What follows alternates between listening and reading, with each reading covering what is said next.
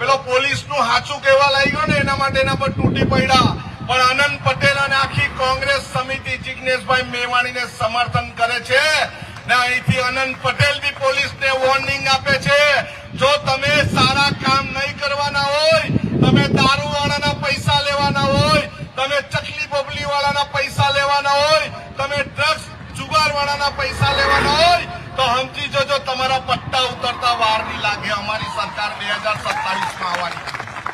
જિગ્નેશભાઈ એકલા નથી, જિગ્નેશભાઈની સાથે સમગ્ર આદિવાસી સમાજ છે અને જિગ્નેશભાઈને તમે હલાવી શકવાના નથી. એકવાર આસામની પોલીસ ઉચકી ગઈ, પાછી આવીને મૂકી ગઈ, એટલી તાકાત અમારા જિગ્નેશભાઈમાં છે.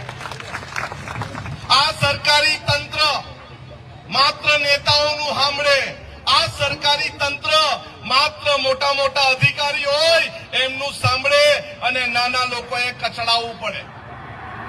તમારામાં જરાક બી ઈમાનદારીનો છાંટો હોય તો સંવિધાનમાં ચાલતા શીખો. આજે સંવિધાન દિવસ છે ત્યારે આપણે સંવિધાનમાં માનતા શીખો.